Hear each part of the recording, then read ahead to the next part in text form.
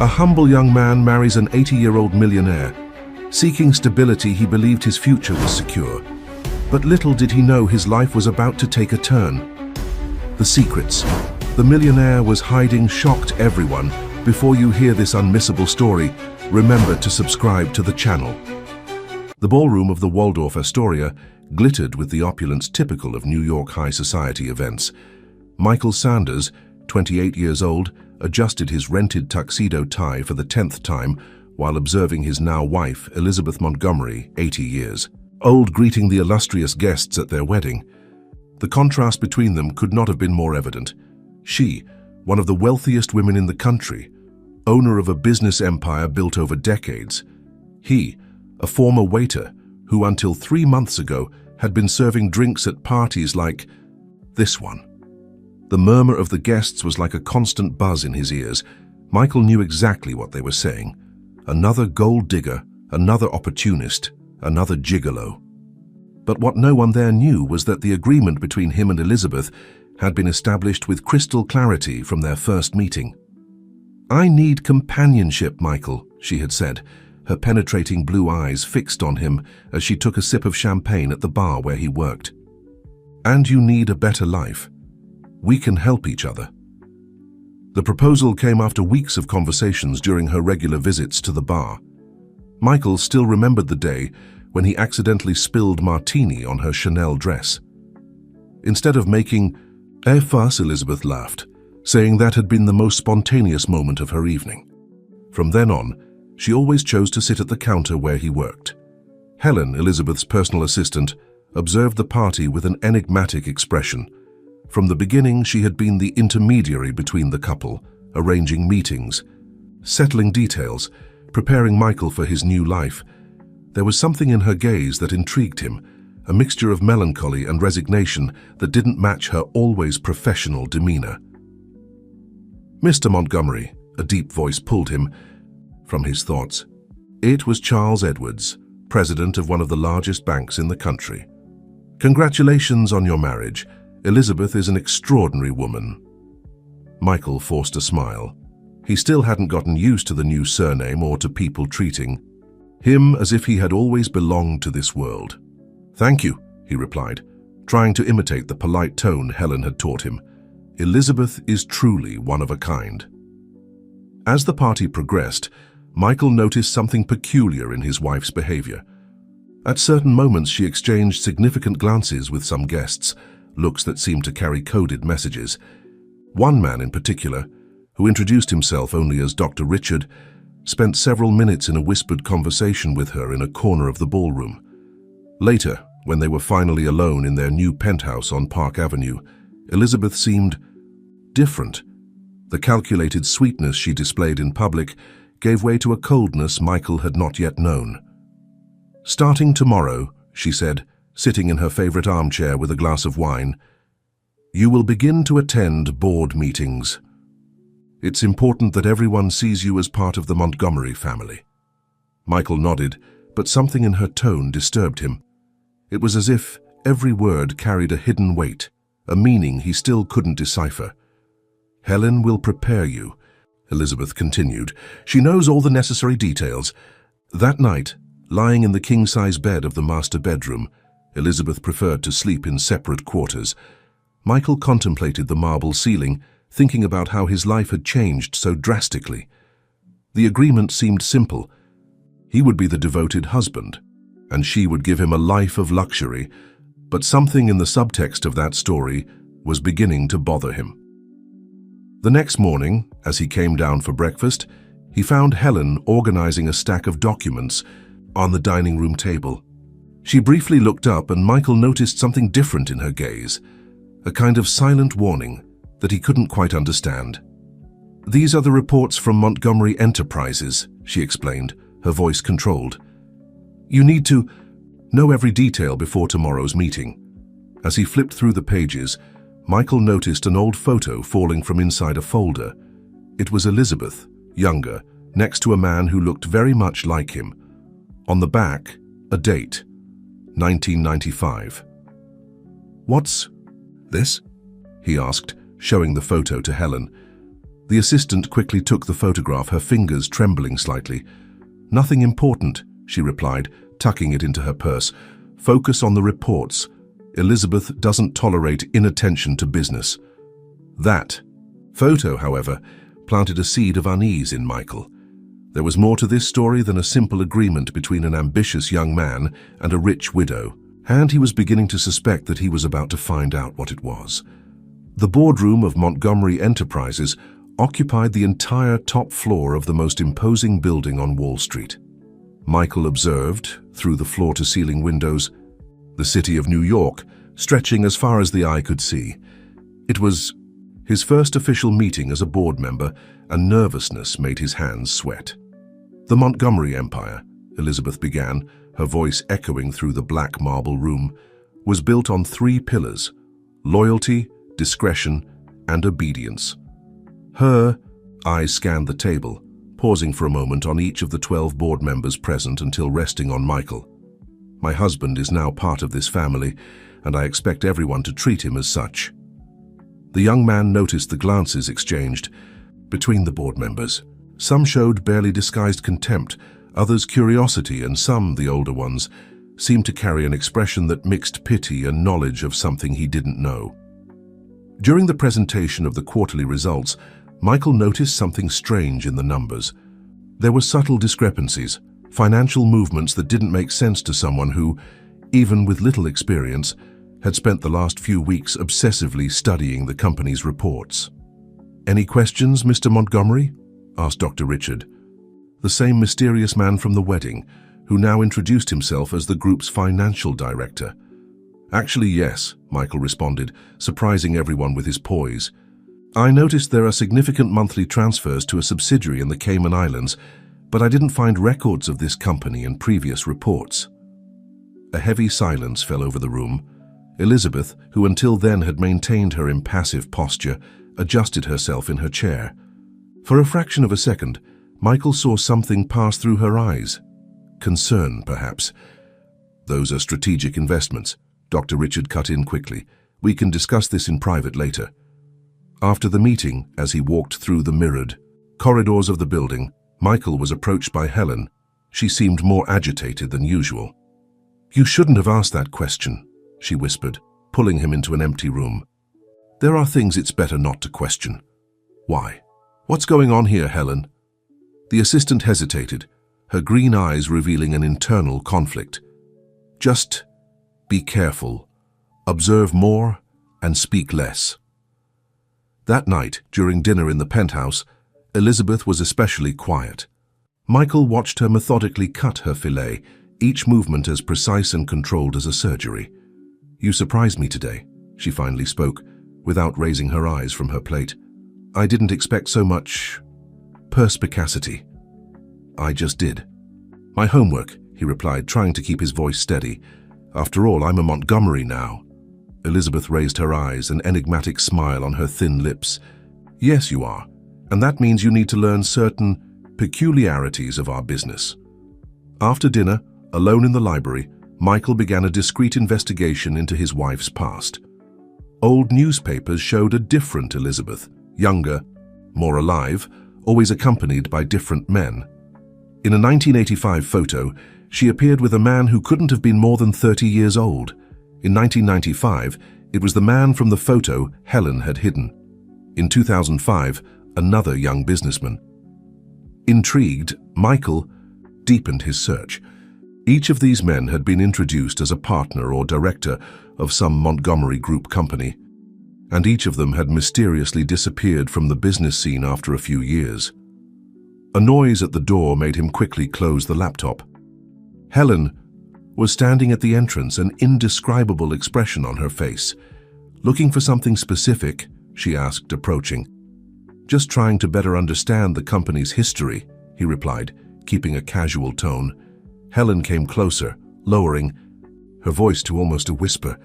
"There are stories that aren't in the newspapers, Michael. Stories that could change everything you think you know." "What kind of stories?" She opened her mouth to respond, but the sound of Elizabeth's heels in the hallway made her quickly back away. "Tomorrow," she murmured before hurriedly leaving the library. Michael sat there in the dark while his mind tried to connect the pieces of the puzzle that was beginning to form. The Montgomery empire seemed to have been built on secrets much deeper than he had imagined, and now he was inextricably involved in something he didn't fully understand. In the darkness of the office, the photo of Elizabeth with her former companions seemed to watch him from the computer screen, like a silent warning of what might be to come. The next morning dawned cloudy, with a typical New York drizzle falling on the penthouse windows. Michael woke up earlier than usual, his mind still processing the discoveries of the previous night. At breakfast, he found only a note from Elizabeth informing him that she had traveled for an emergency meeting in Washington, D.C. It was then that Helen appeared, carrying an old leather folder. Her eyes revealed that she hadn't slept well. "We need to talk," she said, closing the dining room door. "But not here. Meet me at the Gramercy Tavern at 11 a.m. It's important that no one sees us together." The Gramercy Tavern in the heart of Manhattan was an unlikely place for secret meetings, but perhaps that was exactly why Helen chose it. Michael arrived first, choosing a discreet table in the back of the establishment. "What I'm going to tell you," Helen began as soon as she sat down, "might seem crazy, but it's the truth, and you need to know before it's too late." She opened the folder and began to spread documents on the table. They were newspaper clippings, old photographs, and official documents, all related to Elizabeth's former husbands. Richard Mendez, 1985. Disappeared after reporting irregularities in one of the group's companies. Frank Adams, 1995. Vanished during a business trip to Europe. Alex Thompson, 2005. Abandoned everything and was never seen again. Michael felt his stomach churn as Helen continued her exposition. Each story followed a similar pattern. Ambitious young men who married Elizabeth, gained prominent positions in her companies, and eventually disappeared without a trace. "But why are you telling me this?" he asked, his voice almost a whisper. Helen took a deep breath, her fingers nervously tapping on the coffee cup. "Because I can't let it happen again. And because," she hesitated, looking around before continuing, "because Elizabeth Montgomery is my mother." The revelation hit Michael like a punch to the stomach. He observed Helen more closely, noticing, for the first time, the subtle similarities, the same eye shape, the same determined chin. "She never officially recognized me," Helen continued. "I was raised by a housekeeper, always kept nearby, but never as a daughter. When I grew up, she offered me a position as her personal assistant. It was her way of keeping me under control." "But why? Why hide your own daughter?" "Because I know too much. Because I grew up seeing each of her schemes, each manipulation, each..." She paused, carefully choosing her words. "Let's say that the Montgomery Empire wasn't built solely on legitimate investments." Michael began to connect the dots.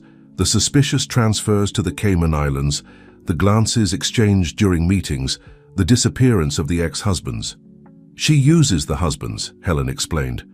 "Ambitious and talented people like you, Michael.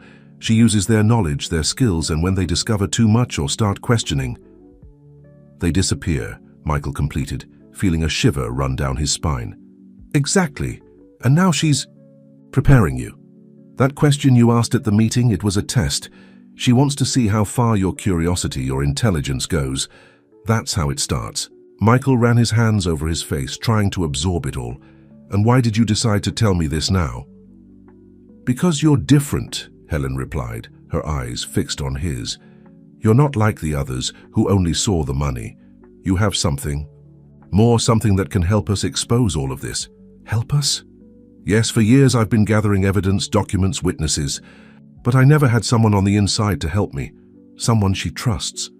Helen's cell phone vibrated, making her startle. It was a message from Elizabeth, informing of her early return to New York. "We need to go," she said, quickly gathering the documents. "She can't suspect that we met." Before leaving, Helen handed Michael a flash drive. "Here's everything I've managed to gather over the years. Keep it safe, but don't access it from any computer connected to the company network.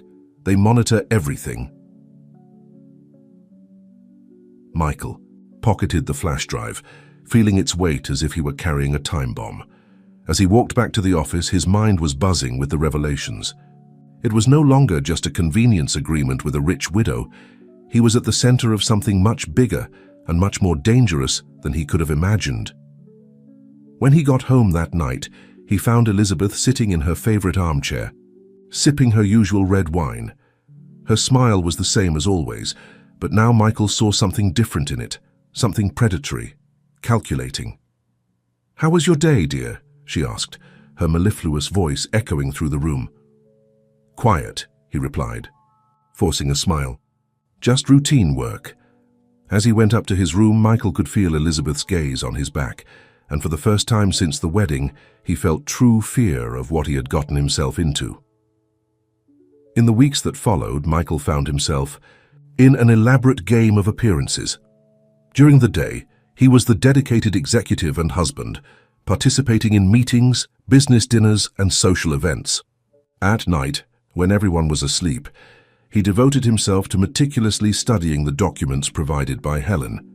The flash drive revealed a complex web of questionable financial operations. Each ex-husband had been strategically positioned in different areas of the Montgomery Empire, always in positions that allowed them access to crucial information, and all had started asking questions shortly before their mysterious disappearances. On a particularly tense afternoon, Elizabeth called him to her private office, a room she rarely shared with anyone. "Michael, darling," she began, pouring him a glass of wine, "I'm impressed with your performance in recent weeks. Dr. Richard told me you've shown a natural talent for business." "I just try to learn as much as possible," he replied cautiously. "That's why I've decided to give you a bigger responsibility," she continued, handing him a folder. "I want you to personally oversee our international operations, starting with our branch in the Cayman Islands." It was exactly the same pattern Helen had described. Michael felt his heart race but maintained his composure. "It would be an honor," he replied, taking the folder. "When do we start?" "Next week. Helen will arrange your trip." Later that same day, Helen met him in the library. "She's following the script to the letter," she whispered after checking if they were really alone. "First the international operations, then access to offshore accounts, and then I become a problem to be solved," Michael completed. "Exactly. But we have an advantage that the others didn't have. We know what's coming." As they talked, they heard footsteps in the hallway. Helen quickly picked up some random report and began discussing it aloud, just as Elizabeth entered the library. "Good to find you two," she said, her smile not reaching her eyes. "Helen, dear, I need you to prepare a presentation for tomorrow. Michael and I have an important dinner with some investors." After Helen left, Elizabeth approached Michael, placing a hand on his shoulder. Her touch was cold as ice. "You know, Michael," she began, "I've always known how to choose my partners well. You have exceeded all expectations." That night, dinner was held at the most exclusive restaurant in New York. The guests were 5 austere-looking men whom Michael had never seen at regular board meetings. "These are our most discreet partners," Elizabeth introduced. "They oversee our most sensitive operations." The conversation flowed in codes and metaphors, each word loaded with hidden meanings. Michael realized he was being evaluated, tested. Each of his responses was carefully analyzed. Back at the penthouse, as Elizabeth retired to her quarters, Michael received an encrypted message from Helen. "Tomorrow, 7 a.m. Central Park. I have urgent news." The next day, even before sunrise, Michael met Helen near the Bethesda fountain. She seemed more agitated than usual. "I found something," she said, handing him a small envelope. "Photos of Elizabeth in Zurich last week, when she said she was in Washington." The photos showed Elizabeth meeting with the same men from dinner, but there was something more. Documents being exchanged, bags being delivered. "She's accelerating the process," Helen explained. "Normally, it took her months to introduce the husbands to the main scheme. With you, it's different. Faster." "Why?" "I'm not sure, but I think she suspects someone is investigating the old operations.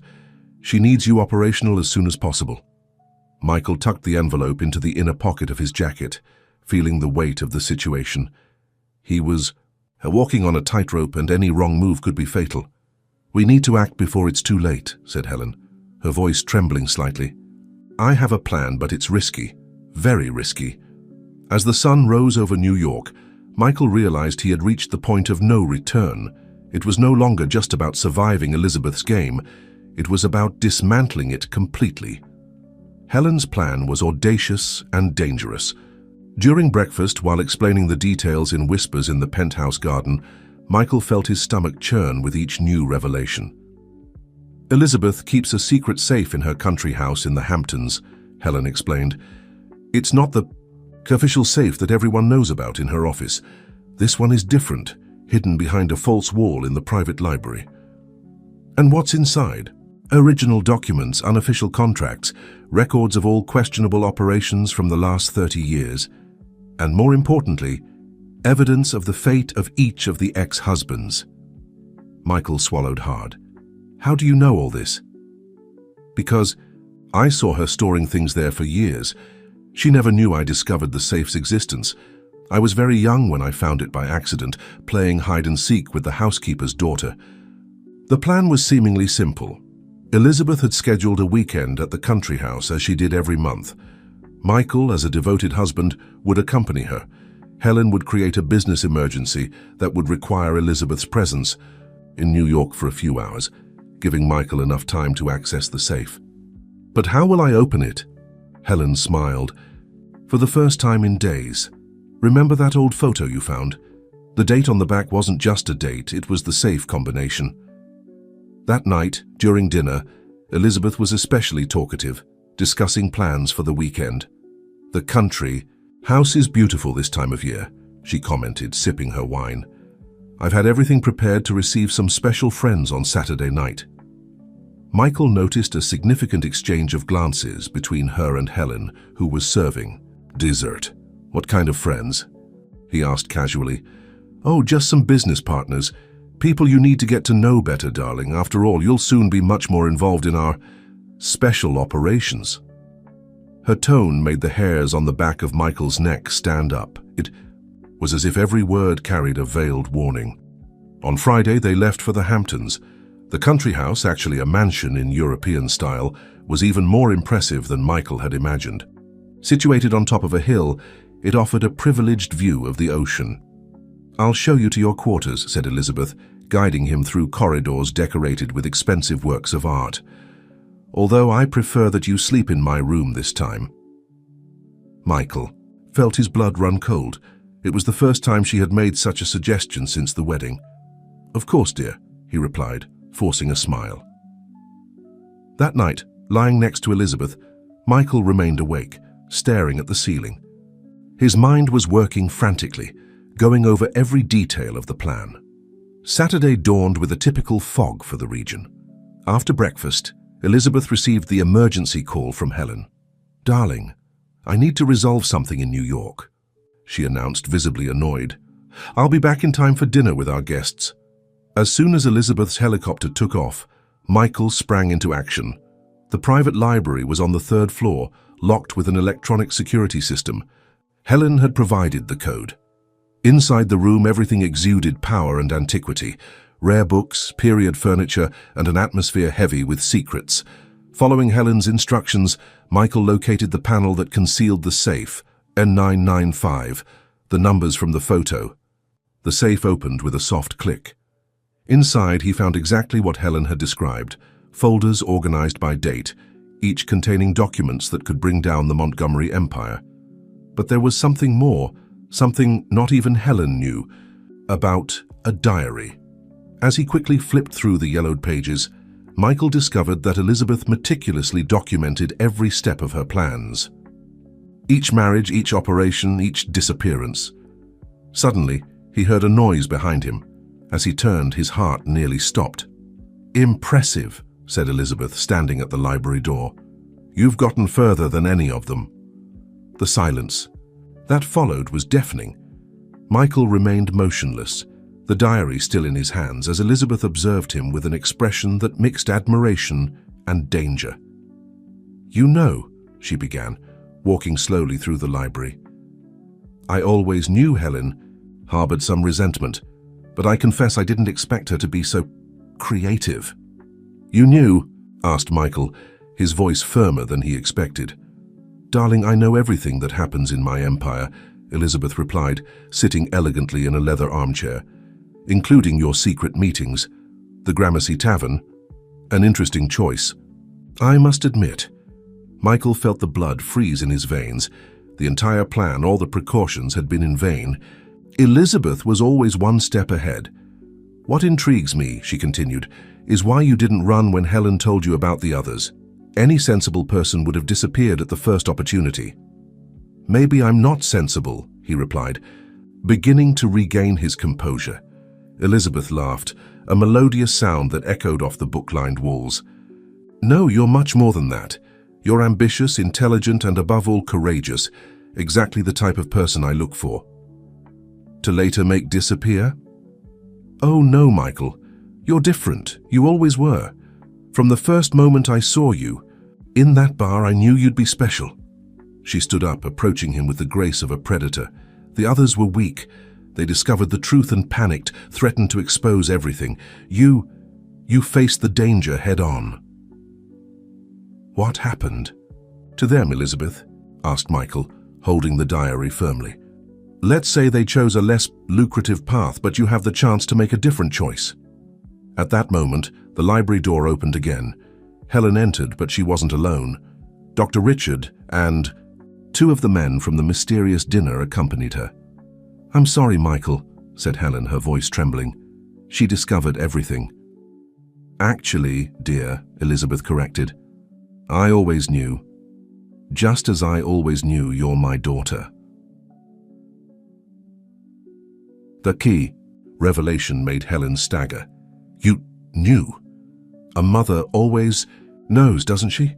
I kept you close all these years, not out of guilt or obligation, but because I saw in you the same thing I see in Michael, potential. Elizabeth walked to a side table and poured herself a glass of wine. Now, we have a decision to make, a decision that will affect all of our futures. What decision? Asked Michael, exchanging a quick glance with Helen. You can join me, truly, not as pawns, but as partners. Helen, as my legitimate heir, and you, Michael, as the executor. I've always dreamed of having. And if we refuse? Challenged Helen. Elizabeth's smile disappeared. Then we'll have to follow the usual protocol, and it would be a shame to waste so much talent. Michael looked at the diary in his hands, then at Helen, and finally at Elizabeth. Years of manipulation, secrets, and absolute power had transformed that woman into something beyond normal comprehension. Do you really think you can continue controlling everything and everyone? He asked. I don't think, darling, I know. The question is, do you want to be on the winning side, or would you prefer to be another footnote in the Montgomery family history? The air in the library became heavy with the weight of the impending decision. Michael and Helen found themselves at an impasse that neither had foreseen. The choice they would make at that moment was not just about their lives, but about the future of an empire built on secrets and unbridled ambitions. The sun was beginning to set in the Hamptons, painting the library with orange hues that contrasted with the tension of the moment. Michael was still holding the diary, his fingers pressing the leather cover as if his life depended on it. You have 10 minutes to decide, announced Elizabeth, walking towards the door. Dr. Richard and our friends will stay here to ensure the conversation is productive. As soon as Elizabeth left, Helen approached Michael, her hands trembling slightly. She's playing with us, she whispered, as she's always done with everyone. Dr. Richard cleared his throat, maintaining a respectful but vigilant distance. If I may offer some advice, he said, surprising the two with his almost paternal tone. There's more at stake here than you imagine. Michael studied the face of the man who had always seemed to be just another of Elizabeth's pawns. There was something different in his expression now, a mixture of weariness and regret. What do you mean? Asked Michael. Why do you think I'm still alive after so many years working for her? Richard replied with a question. Because I understood something that others didn't understand. Elizabeth Montgomery isn't just a person, she's a force of nature. Fighting her is like trying to stop an avalanche with your bare hands. Helen stepped forward, her green eyes shining with a new understanding. You've been helping her all these years. To ensure things didn't get completely out of control, Richard completed, someone needed to be there to soften the consequences. Michael quickly flipped through the diary, finding mentions of Richard in several passages. He was right. While other executives came and went, Richard remained a constant, apparently loyal but secretly acting as a kind of invisible moderator. The other husbands, Michael began, They're alive, Richard answered, in a low voice. Relocated with new identities, it was the most I could do for them. The revelation hit Helen like lightning. So all this time, your father is alive, Helen, Richard confirmed. Alex Thompson lives in Portugal under another name. He tried to make contact several times, but Elizabeth always intercepted the messages. Silent tears began to roll down Helen's face. Her entire life had been built on an even bigger lie than she had imagined. Why are you telling us this now? Questioned Michael. Because you're different. For the first time, Elizabeth has found her equal. In you, Michael, and her own daughter. She sees this even if she doesn't admit it. That's why she's offering a true partnership, not just a place on her chessboard. The minutes were passing. Quickly, Michael and Helen exchanged glances, a silent communication passing between them. And if we accept, asked Helen, how can we be sure it's not another of her manipulations? Richard smiled sadly. You can't, but you can use this to your advantage. Accept the offer, truly gain her trust, and then... We change the game from the inside, Michael completed, beginning to understand.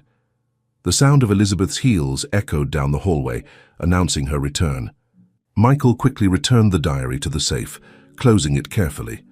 When Elizabeth entered the library again, she found Michael and Helen standing side by side, with determined expressions on their faces. So, she asked, raising a perfectly arched eyebrow. We accept, Michael replied, his voice firm, but with one condition. Oh, Elizabeth seemed genuinely intrigued. And what would that be? Total transparency from now on. Among all of us, said Helen, stepping forward. If we're going to be a real family, we need to act like one. Elizabeth studied the two for a long moment, her face an impenetrable mask. Finally, a slow smile formed on her lips. Interesting, she murmured. Very interesting indeed. The days that followed the confrontation in the library were a complex dance of power and adaptation.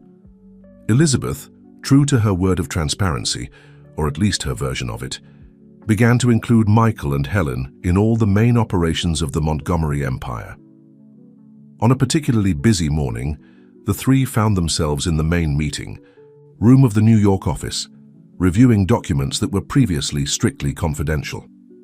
As you can see, Elizabeth explained, sliding her elegant fingers over a pile of contracts, our international operations are more diversified than they appear. Michael studied the numbers carefully, noticing patterns that didn't make sense before. These companies in Switzerland, he commented, are they all fronts for capital movement? Precisely, Elizabeth replied, with a glint of approval in her eyes. Helen, dear, show him the records from the 90s. Helen, who in recent weeks had assumed a more assertive posture, brought a new folder. Her relationship with Elizabeth oscillated between moments of genuine closeness and veiled distrust. This is when everything started to take shape, said Helen, her professional voice masking her conflicting emotions. It was at this time that I met your father, Elizabeth completed, surprising everyone with her frankness. Alex was brilliant with numbers. He knew exactly how to structure complex operations without leaving traces. The silence that followed was loaded with tension. It was the first time Elizabeth had mentioned Alex voluntarily. Why him?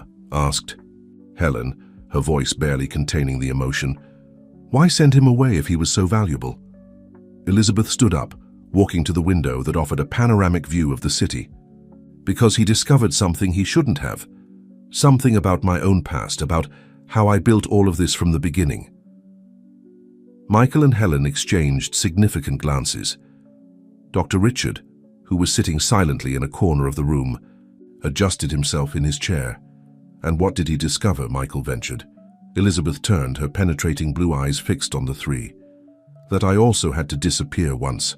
That the real Elizabeth Montgomery died a long time ago, and I assumed her identity." The revelation fell like a bomb in the room. Helen brought her hands to her mouth while Michael tried to process the information. "Then who are you really?" asked Helen, her voice trembling. "That, my dear daughter, is something we need to discuss in private.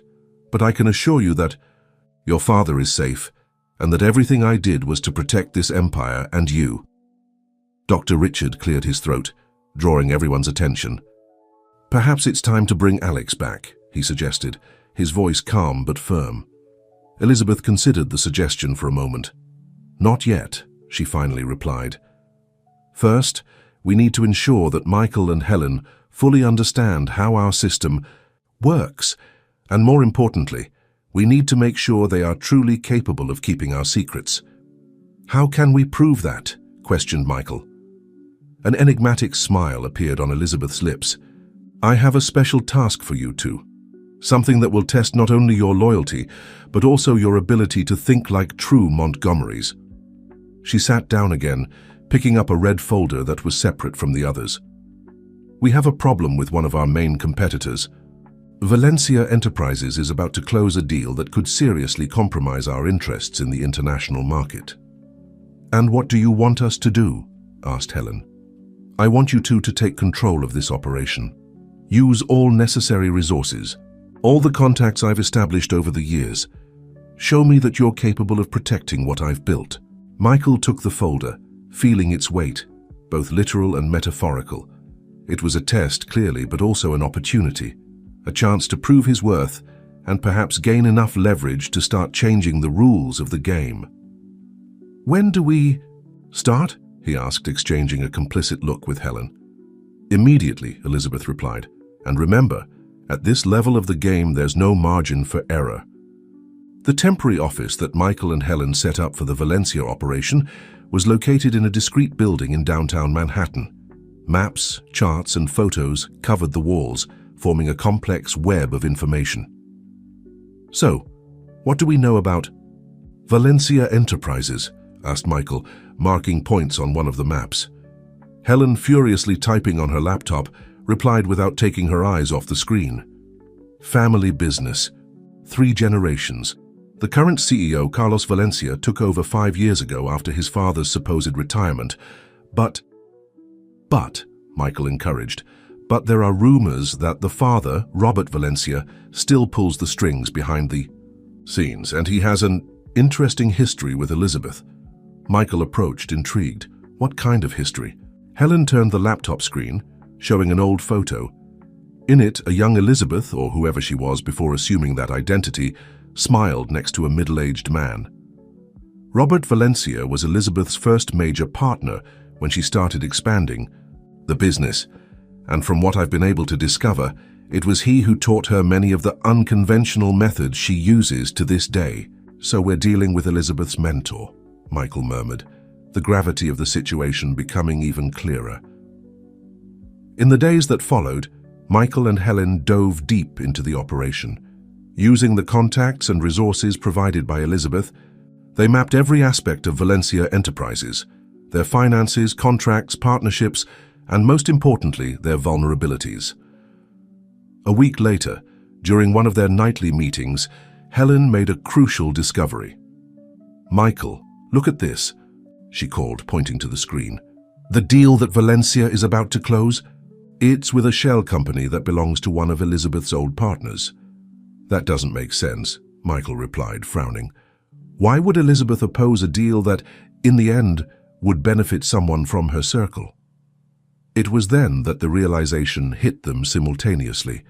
Elizabeth wasn't just testing their skills and loyalty, she was using them to neutralize an internal threat. "She's playing on multiple boards," Helen concluded, a mixture of admiration and concern in her voice. Michael leaned back in his chair, thoughtful. "The question is, how do we proceed now? If we prevent the deal, we'll potentially be harming someone who could be an ally against Elizabeth in the future. But if we don't, We fail the test and lose the trust we've gained, Helen. Completed. The dilemma consumed them for hours. Eventually, after much discussion and analysis, they reached a bold decision. The next morning, they presented themselves in Elizabeth's office with a detailed plan. Instead of simply preventing the deal, Michael explained, presenting a series of documents, we propose a hostile takeover of Valencia Enterprises. Elizabeth raised an eyebrow, clearly intrigued. Continue. Helen took the floor. Using the information we've gathered, we can pressure Carlos Valencia to sell. Simultaneously, we would negotiate with Robert Valencia behind the scenes, offering him a consulting position in the Montgomery Group. This way, Michael concluded, we not only eliminate the Valencia threat, but we also bring to our side someone with deep knowledge of Elizabeth's operations, a valuable asset for the future. Elizabeth observed them in silence for long moments, her face an impenetrable mask. Finally, a slow smile formed on her lips. Impressive, she said, standing up. You not only completed the task, but elevated it to a new level. I'm proud. The compliment, although welcome, carried a weight that both Michael and Helen felt deeply. They had proven their worth, but at what cost? Proceed with the plan, Elizabeth ordered. And Michael, dear. Yes? When everything is finalized, I'd like you to personally conduct the negotiations with Robert Valencia. I'm sure he'll be fascinated to meet the new face of the Montgomerys. As they left Elizabeth's office, Michael and Helen exchanged meaningful looks. They had entered deeper into Elizabeth's game of power and manipulation. The question now was, could they maintain control of their own moves, or would they end up becoming pieces on someone else's board? The Valencia mansion, situated in an upscale neighborhood of New York, exuded an aura of power and tradition. Michael adjusted his tie as the driver opened the car door.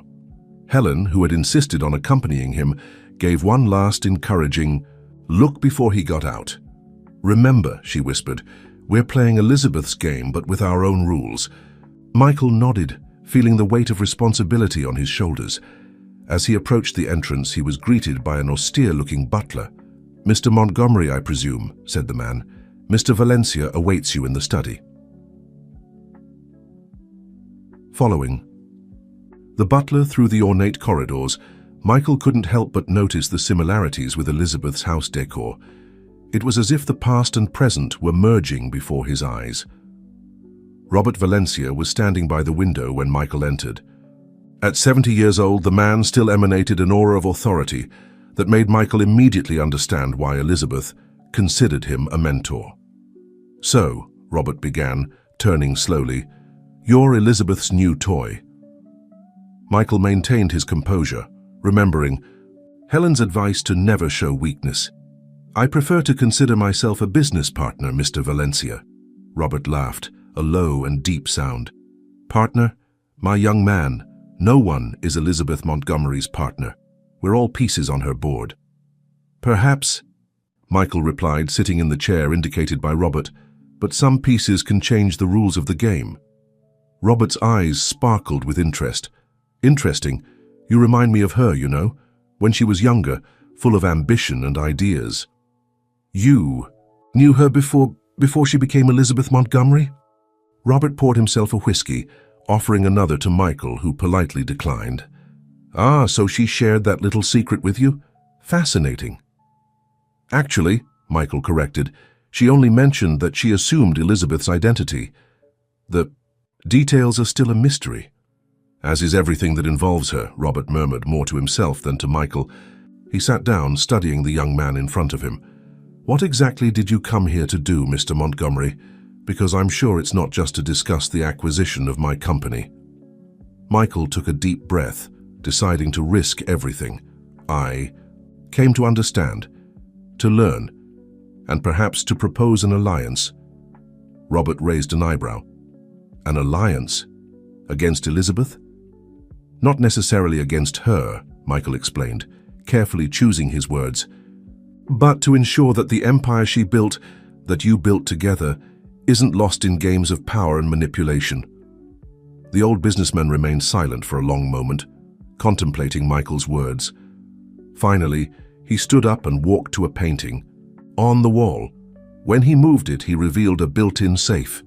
"You know, young man," he said as he turned the combination dial, "Elizabeth wasn't the only one to keep records over the years."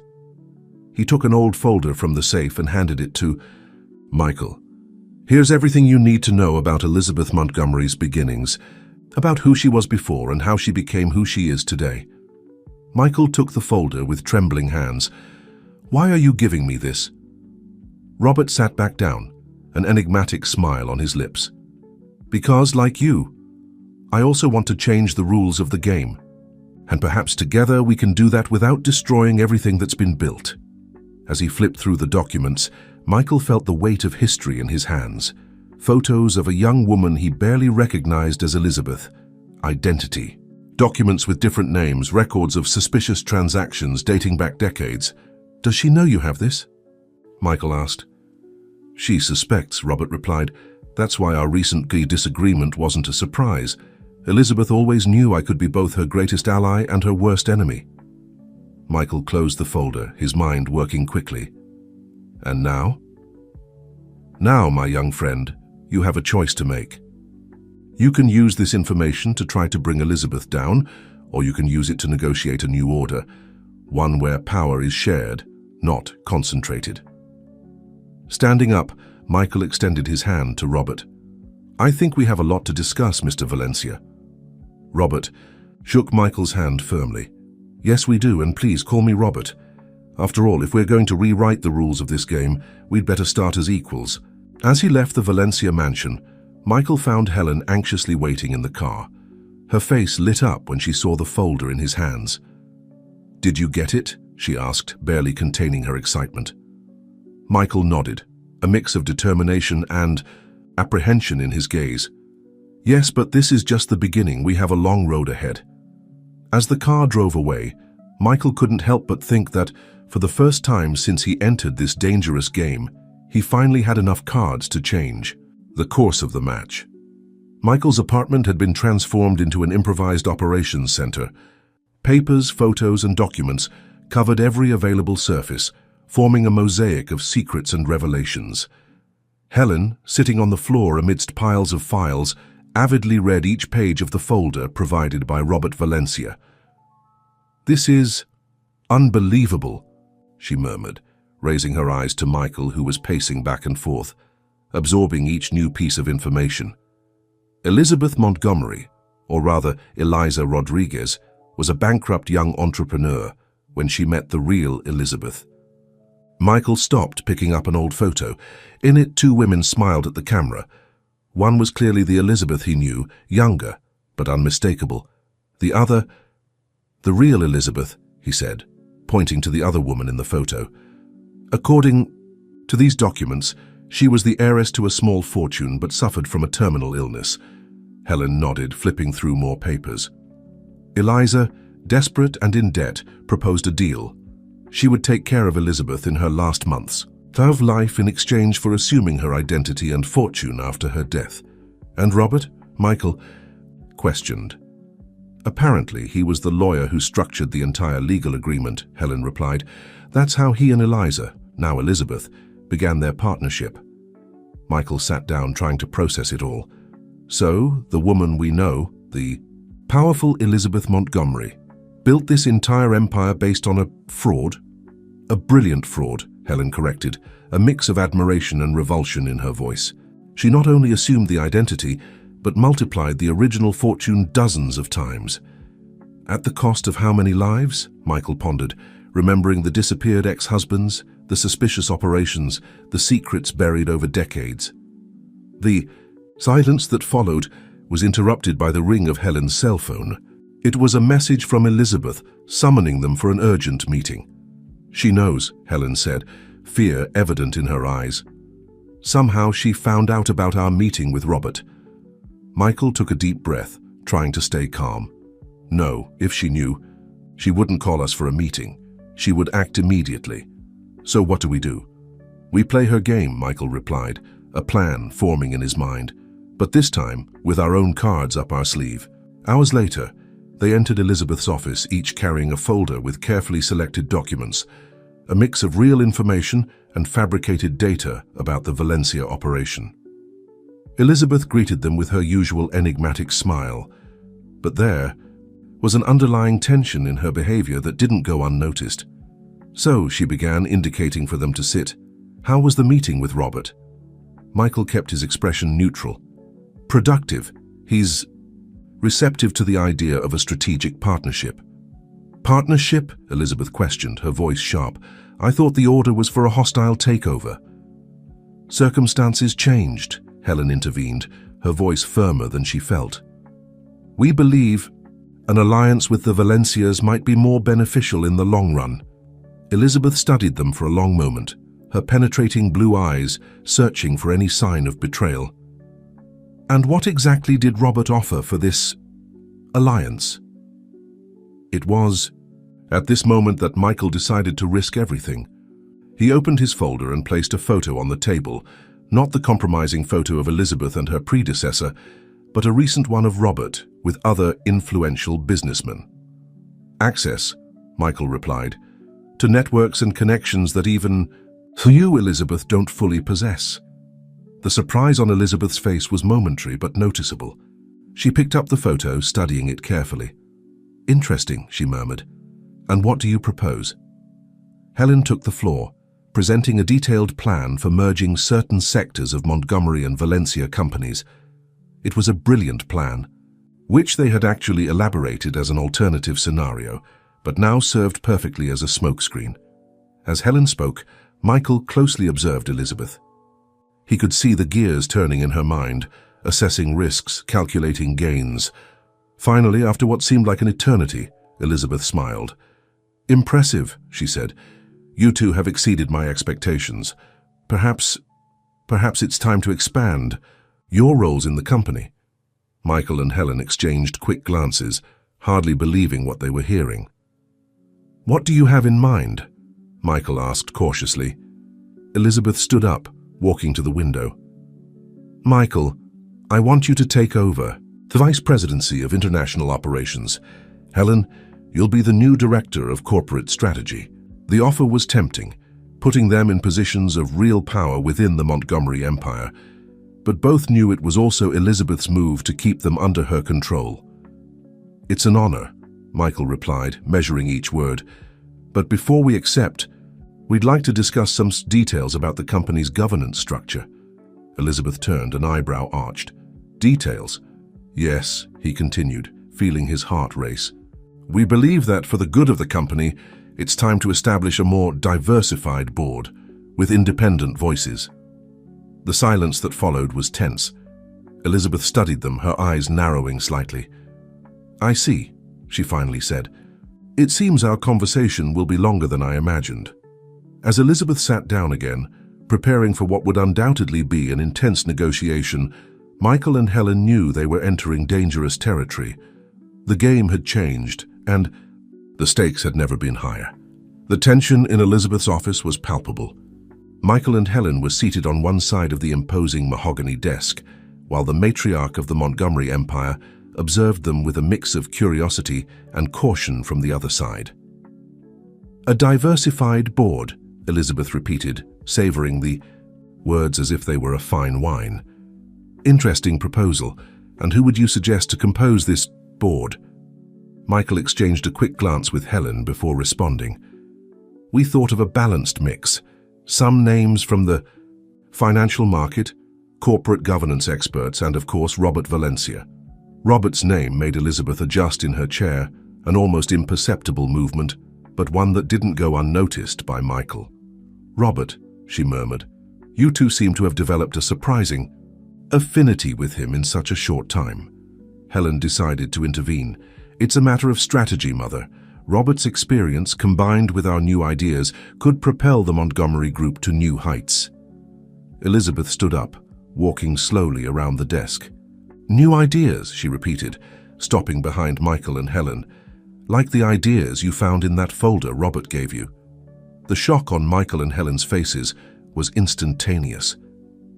Elizabeth laughed softly. Did you really think you could deceive me, that I wouldn't know every move, every conversation, every revelation? Michael recovered first. So you knew all along? Of course I did, Elizabeth replied, returning to her chair. The question is, what do you intend to do with that information? It was at this moment that Michael realized they were exactly where Elizabeth wanted them. She wasn't cornered. She was in control, as she always had been. We don't want to destroy what you've built, he said, deciding to play open. We want to transform it into something better, more transparent. Transparent? Elizabeth almost spat the word. The business world isn't transparent, Michael. It's a game of shadows, of power and manipulation. It doesn't have to be that way, Helen argued, her voice laden with emotion. We can change the rules, create a legacy that doesn't depend on secrets and threats. Elizabeth studied them for a long moment, her face an impenetrable mask. Then, to the surprise of both, she smiled. You two are truly extraordinary, she said, a touch of pride in her voice. Exactly what I expected when I started this. Test. Test? Michael questioned, confused. Yes, my dear. All of this, the Valencia operation, the meeting with Robert, the revelations about my past, was an elaborate test, to see if you had what it takes not just to play the game, but to change it. Helen and Michael exchanged astonished looks. Everything they had been through, all the discoveries and plans, had been orchestrated by Elizabeth from the beginning. But why? Helen asked, her voice trembling. Elizabeth leaned back in her chair, her gaze softening for the first time. Because it's time. Time to pass the baton, to see the empire I built evolve, and you two have proven to be the only ones capable of doing that. So, what happens now? Michael questioned, still trying to process everything. Now, Elizabeth replied, an enigmatic smile on her lips. We begin to rewrite the rules. Together. She opened a drawer and pulled out a document, placing it on the table in front of them. This is the new statute of the Montgomery Group. It incorporates many of the ideas you proposed, including the diversified board, but it also maintains necessary safeguards. Michael and Helen read the document, their eyes widening at the implications. It was a perfect fusion between their visions of change and Elizabeth's pragmatic wisdom. This is incredible, Helen murmured. It's the future, Elizabeth corrected. Our future, if you're willing to accept it. Michael looked at Helen, seeing in her the same mix of emotions he felt: surprise, admiration, and above all, determination. We're in, he replied, extending his hand to Elizabeth. As she shook Michael's hand and then Helen's, Elizabeth felt something she hadn't experienced in decades: genuine hope for the future of her empire. Welcome, she said, to the new era of the Montgomerys. Outside the office, the sun was setting over New York, casting a golden glow over the skyscrapers. It was the end of one era and the beginning of another, one in which secrets of the past would transform into foundations for a brighter and perhaps fairer future. The months that followed Elizabeth's revelation were an emotional roller coaster for Michael and Helen. The implementation of the new Montgomery Group statute brought challenges that tested not only their business skills, but also their integrity and relationship. On a sunny spring morning, the three met in the panoramic penthouse of the Montgomery building, preparing for the first meeting of the new diversified board. Nervous? Elizabeth asked, adjusting her impeccable tailored suit. Helen took a deep breath, looking at the city stretching below. A little. It's a big responsibility. Michael, who was studying some last-minute documents, looked up. It's more than responsibility. It's a chance to really make a difference. Elizabeth smiled, a gesture that now seemed more genuine than ever. So you're ready. More than I ever was when I took control. The meeting room was full when they entered.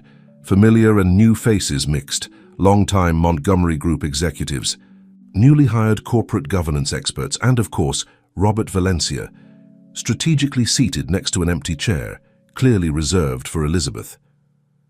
Michael and Helen took their places to Elizabeth's right and left, symbolizing the new hierarchy of the company. The murmur ceased when Elizabeth stood up to speak.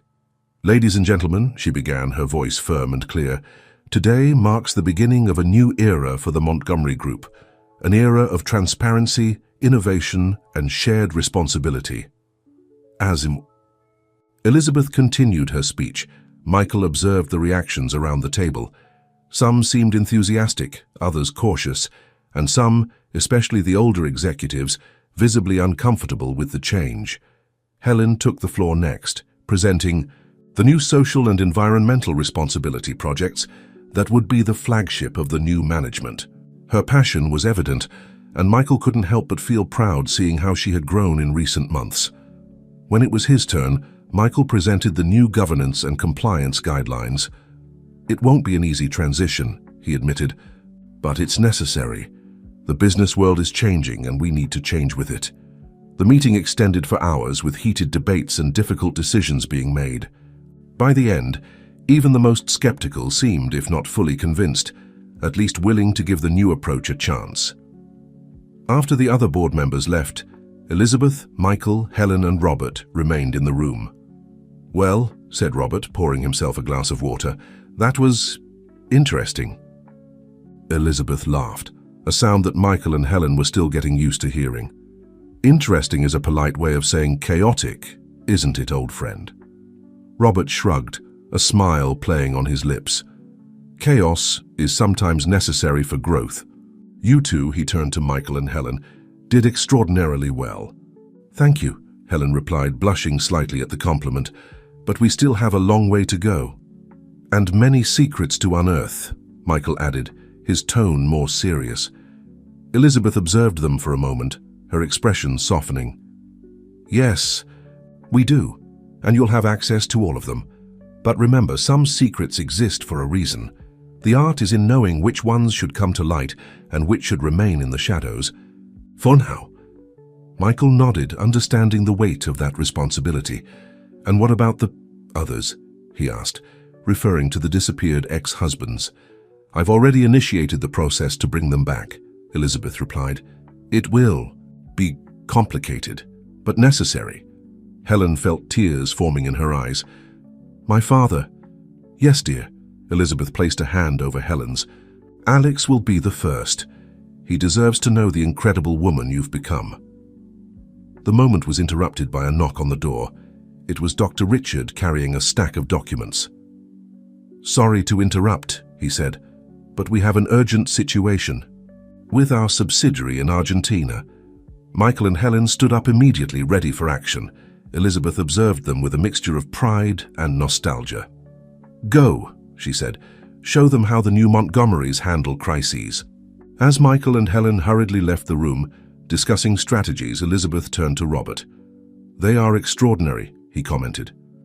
"Yes, they are," Elizabeth agreed, "and they are the future I always dreamed of for this empire." Robert raised an eyebrow. "Even if that future is different from what you built."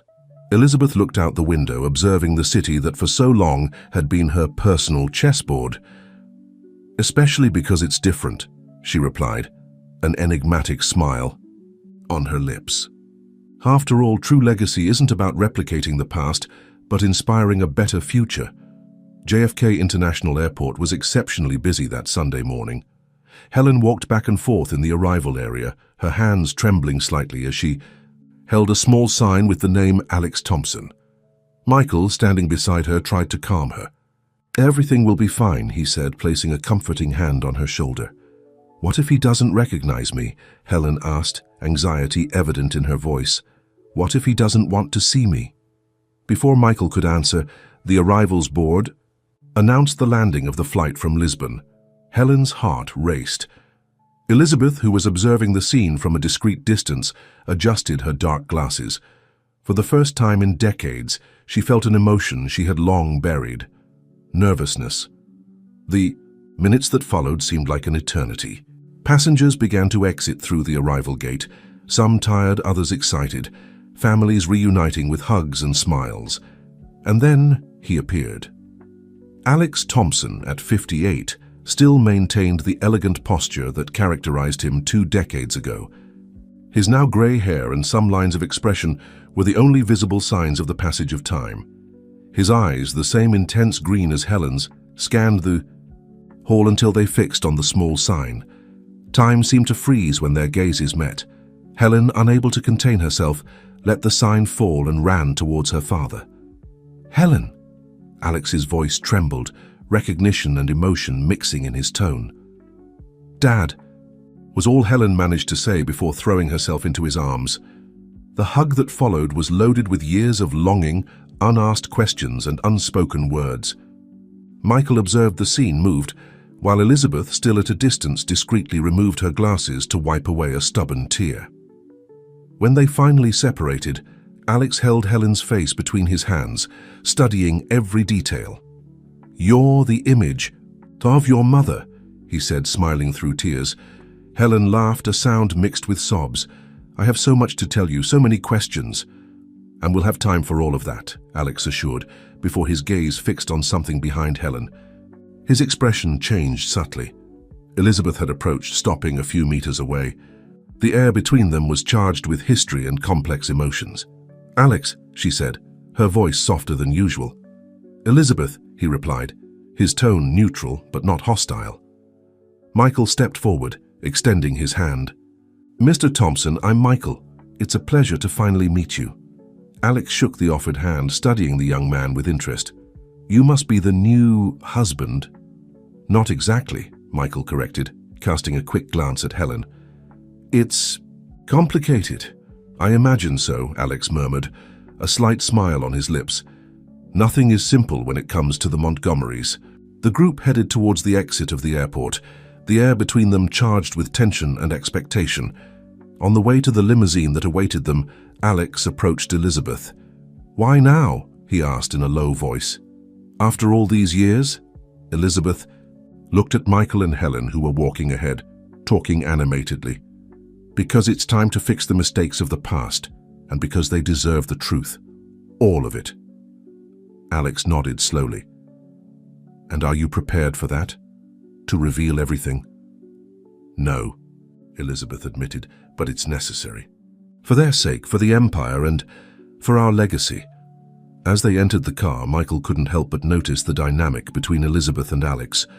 There was a history there, complex and deep, that went far beyond the cold business records he had studied. The journey to the Montgomery mansion was filled with cautious conversations, carefully crafted questions, and measured answers. It was evident that everyone was walking on eggshells, trying to find a balance in this new reality. Upon arrival, they were greeted by Robert Valencia, who was waiting at the entrance. "Welcome back, old friend," he said, embracing Alex. "Robert," Alex replied, returning the hug, "I see you're still the faithful squire." "Someone needs to keep things in order," Robert joked, before his tone became more serious.